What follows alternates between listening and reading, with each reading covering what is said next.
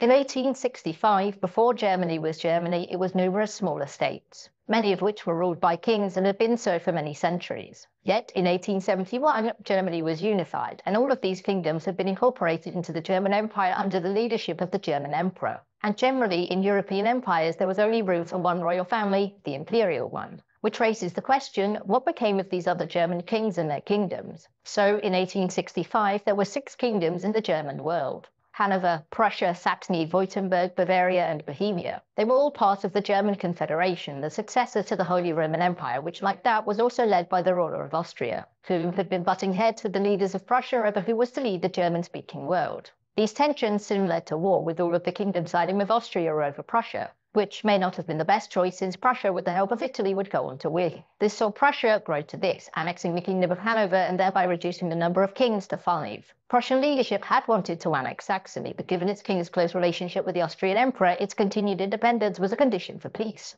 Now, the Prussians could have kept fighting, but its Chancellor, Otto von Bismarck, wanted the war over quickly, because he was concerned that France would join the war on the side of Austria, which would make things much more difficult for them.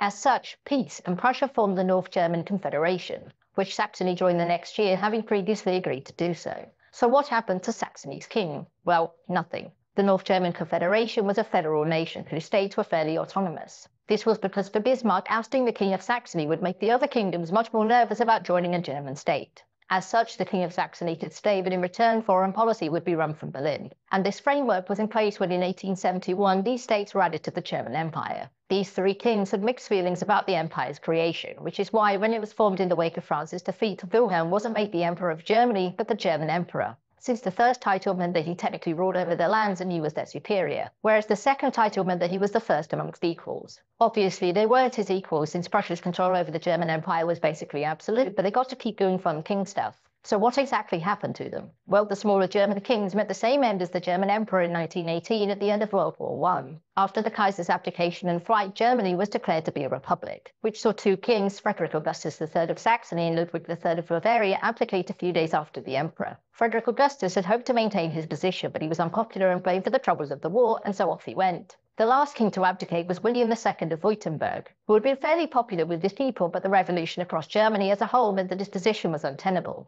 Royal titles were abolished there in 1919, and whilst they were no longer kings, they got to keep their stuff and held a great deal of social prestige throughout the years of the Weimar Republic. But despite their high social standing, after this, no king nor royal would ever return to